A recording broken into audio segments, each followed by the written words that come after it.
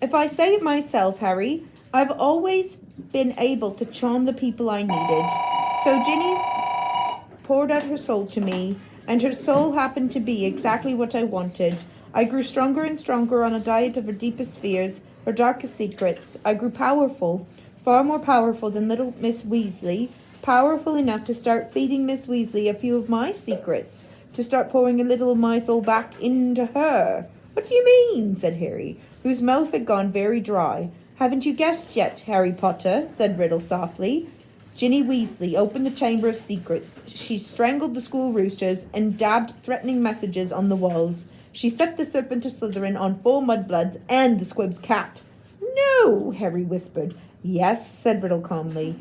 Oh, of course, she didn't know what she was doing at first. It was very amusing. I wish you could have seen her new diary entries. Far more interesting they became. Dear Tom, he recited, watching Harry's horrified face. I think I'm losing my mind. There are rooster feathers all over my robes, and I don't know how they got there. Dear Tom, I can't remember what I did on the night of Halloween, but a cat was attacked, and I've got paint all down my front. Dear Tom, Percy keeps telling me that I'm pale and I'm not myself. I think he suspects me.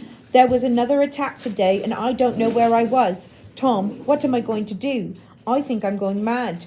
I think I'm the one attacking everyone, Tom. Harry's fists were clenched, the nails digging deep into his palms. It took a very long time for stupid little Ginny to stop trusting her diary, said Riddle, but she finally became suspicious and tried to dispose of it.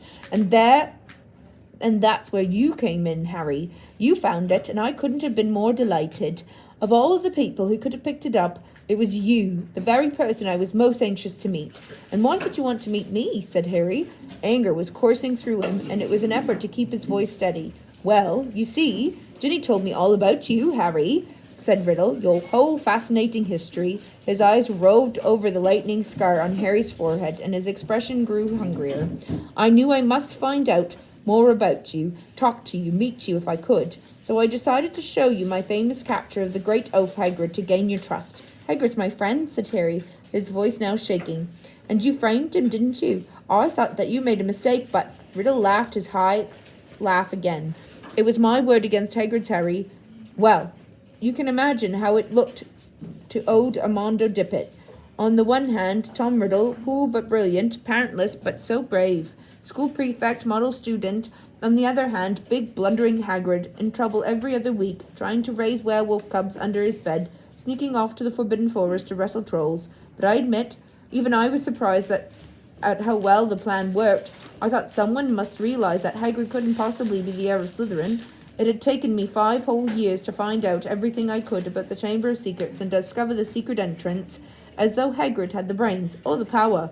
Only the Transfiguration teacher, Dumbledore, seemed to think that Hagrid was innocent. He persuaded Dippet to keep Hagrid and to train him as a gamekeeper. Yes, I think Dumbledore might have guessed. Dumbledore never seemed to like me as much as the other teachers did. I bet Dumbledore saw right through you, said Harry, his teeth gritted.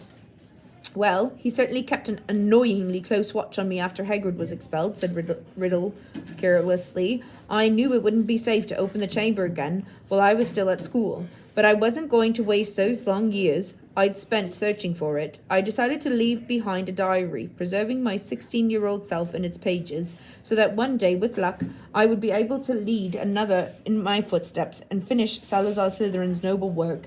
Well, you haven't finished it, said Harry triumphantly. No one's died this time, not even the cat. In a few hours, the Mandrake Drought will be ready, and everyone who was petrified will be all right again.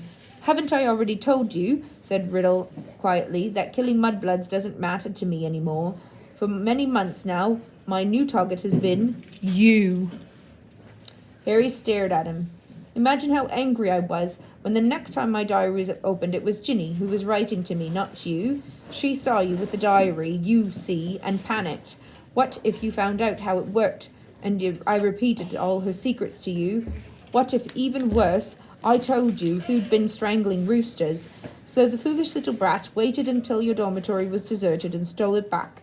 But I knew that what I must do. It was clear to me that you were on the trail of Slytherin's heir, From everything Ginny had told me about you, I knew that you would go to any length to solve the mystery, particularly if one of your best friends was attacked. And Ginny had told me the whole school was buzzing because you could speak Parseltongue.